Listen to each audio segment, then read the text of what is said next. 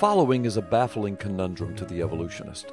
Purposed and directed information exchange, orchestrating specific and intended functioning within a cell, is continuously conducted within the human genome and the DNA-RNA functions that make up the human genome.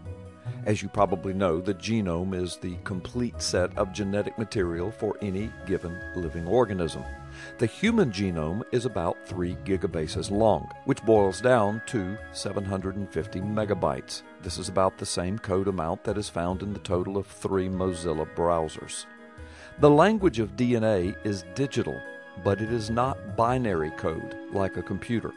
Where binary encoding has zeros and ones to work with, DNA has 4 positions, T, C, G, and A. These letters are used to represent the 4 informational nucleotide bases of a DNA strand.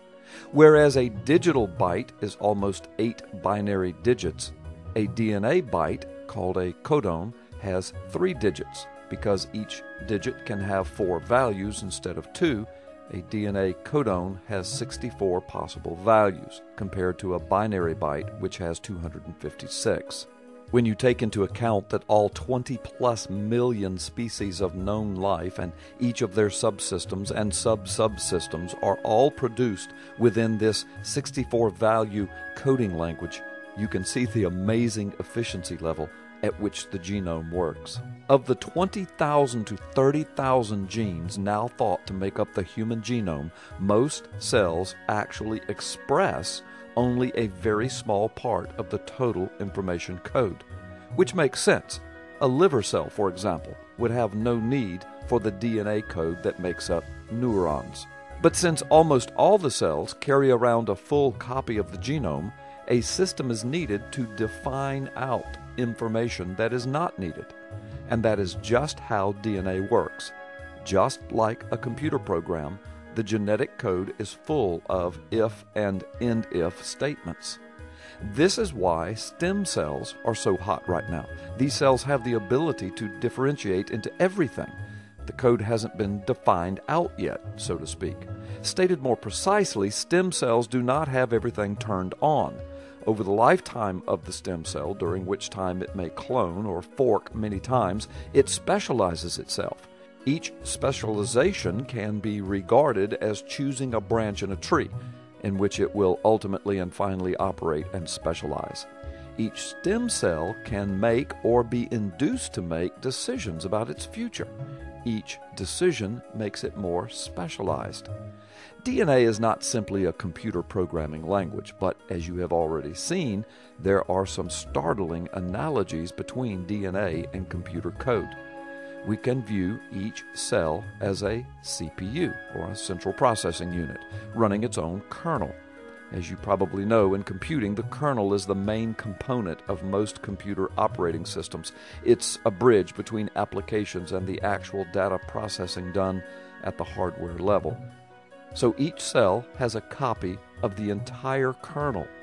But amazingly, each cell chooses to activate only the relevant parts, which modules or which driver it loads, so to speak. If a cell needs to do something or call a function, it calls up the right piece of the genome and transcribes it into RNA. The RNA is then translated into a sequence of amino acids, which together make up a protein for which the DNA coded. Now for the truly amazing part of the equation.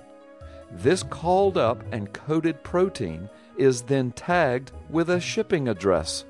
This address is a marker consisting of several amino acids which tells the rest of the cell where this particular protein needs to be deployed. Once the protein arrives at its intended location, the delivery instruction is then stripped off and several post-processing steps are performed, activating the protein to now do its job. The protein is not activated until it arrives at its marked and intended location. The amazing and complex, intelligent communication functions of DNA are myriad. They are too numerous to recount and explain in a short and simple video such as this. But the fact remains, purposed and directed information exchange is continuously conducted within the human genome and the DNA-RNA functions that make it up. Purposed and directed information exchange. You decide. Random, traumatically mutated, non-purposed, accidental evolution, or intelligent design? Any truly intelligent person knows the intelligent answer to that question.